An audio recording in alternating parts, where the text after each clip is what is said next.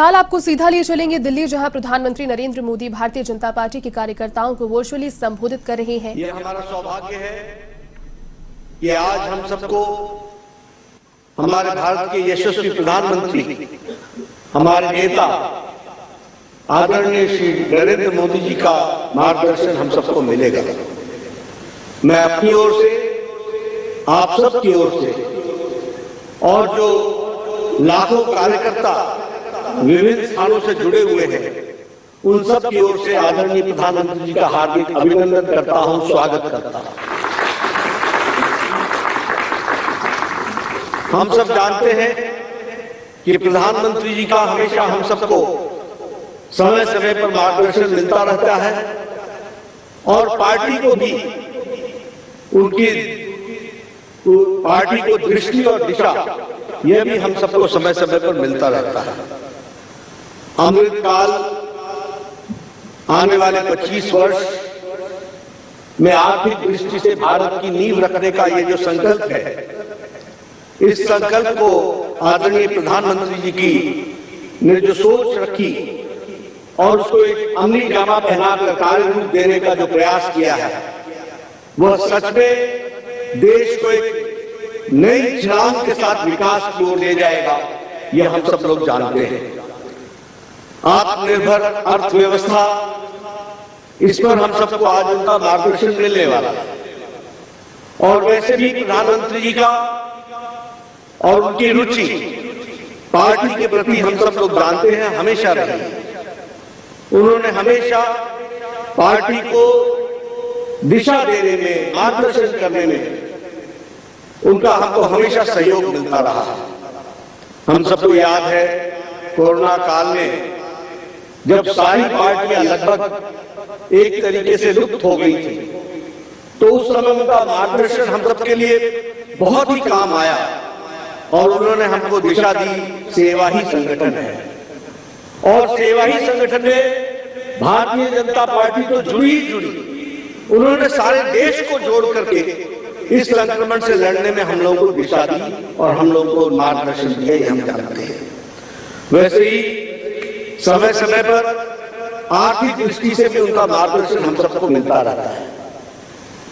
Budget के बाद देश किस तरीके से आगे बढ़ेगा, इसके बारे में उनका हमेशा हम सबको मार्गदर्शन मिला है। उन्होंने 5 ट्रिलियन इकोनॉमी पर हम किस तरीके से आगे बढ़ रहे हैं, कोरोना के संक्रमण के बावजूद देश आगे बढ़ने के लिए अग्रसर है।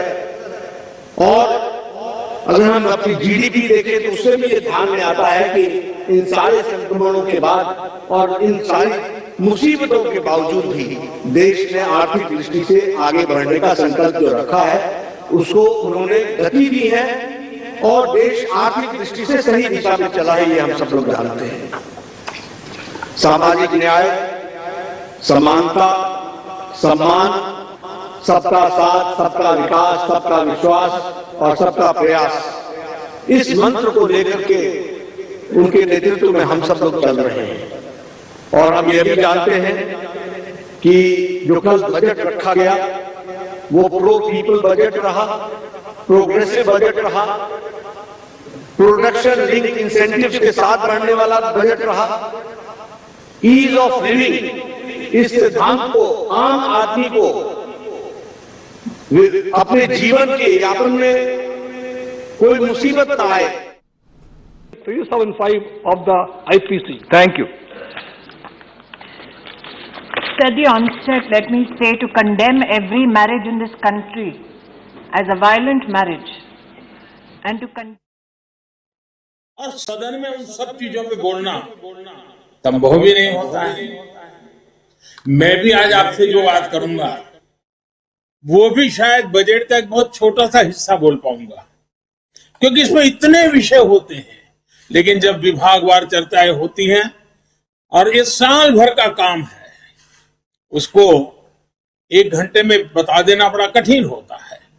फिर भी जब अध्यक्ष जी ने कहा कि इसके पीछे सरकार की सोच क्या है, जरा आप बताएं तो अच्छा होगा, तो मैंने कहा ठीक है, पार्टी का आदेश मेरे सर आंखों पर है। और आज लोकसभा भी दोपहर के बाद है, तो मैंने कहा ठीक है, अगर आज सुबह हम बात कर सकते हैं तो फिर इसलिए आज आपके बीच आने का मुझे मौका मिला है। साथियों, आज देश आजादी के 75वें वर्ष में है और इस समय 100 साल में आई सबसे बड़ी वैश्विक महामारी से आज हिंदुस्तान लड़ रहा है। कोरोना का ये कालखंड पूरी दुनिया के लिए अनेक चुनौतियां लेकर के आया है और एक प्रकार से दुनिया उस चौराहे पर आकर के खड़ी है जहां पर टर्निंग पॉइंट निश्चित है। आगे जो दुनिया हम देखने वाले हैं वो वैसी नहीं होगी जैसी कोरोना काल से पहले थी। जैसे द्वितीय विश्व युद्ध के बाद, सेकंड वर्ल्ड वॉर के बाद पूरी दुनिया में बहुत बदलाव आए, पूरा वर्ल्ड ऑर्डर बदल गया, वैसे ही कोरोना के बाद दुनिया में बहुत सारे बदलाव की संभावना है। एक नए वर्ल्ड ऑर्डर की संभावना है और इसके प्रारंभिक संकेत नजर भी आने लगे हैं। हम सब ने इस बात को मार्क किया होगा, अनेक कोने से सुना होगा, बहुत सी चीजें पढ़ी होगी और आप भी दुनिया में कहीं जाते होंगे, मिलते होंगे तो आप भी अनुभव करते होंगे। आज भारत की तरफ देखने के विश्व के नजरिए में बहुत बड़ा बदलाव आ रहा है। भारत जैसे विशाल देश को,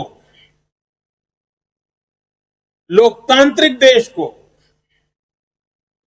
और इतने बड़े समाज में इतनी बड़ी विविधताओं को संभालते हुए चल रहे देश को अब दुनिया के लोग भारत को अधिक मजबूत रूप में देखना चाहते हैं और इसलिए पूरा विश्व भारत के लिए नए सिरे से जब देख रहा है तो हमारे लिए भी आवश्यक है कि हम हमारे देश को तेज गति से आगे बढ़ाएं, अनेक विविध क्षेत्रों में बदलाव लाएं, मजबूती लाएं। ये समय नए अवसरों का, नए संकल्पों की सिद्धि का समय है। बहुत जरूरी है कि भारत आत्मनिर्भर बने और आत्मनिर्भर तो बने ही, आत्मनिर्भर भारत की नींव पर एक आधुनिक भारत का निर्माण हो। कल जैसा मैंने पहले कहा, निर्मला जी ने जो बजट पेश किया है, बाय एंड लार्ज हम देखें, पॉलिटिकल एंगल अगर हम छोड़ दें तो जो आर्थिक विषय के लोग हैं, समाज जीवन के लोग हैं, अखबारों में भी देखेंगे, कल टीवी चैनलों की डिबेट में देखेंगे, बजट का बहुत स्वागत हुआ है, बहुत सराहना हुई है। और आपने भी देखा होगा इस बजट में देश को आधुनिकता की तरफ ले जाने की दिशा में कई महत्वपूर्ण कदम है। साथियों,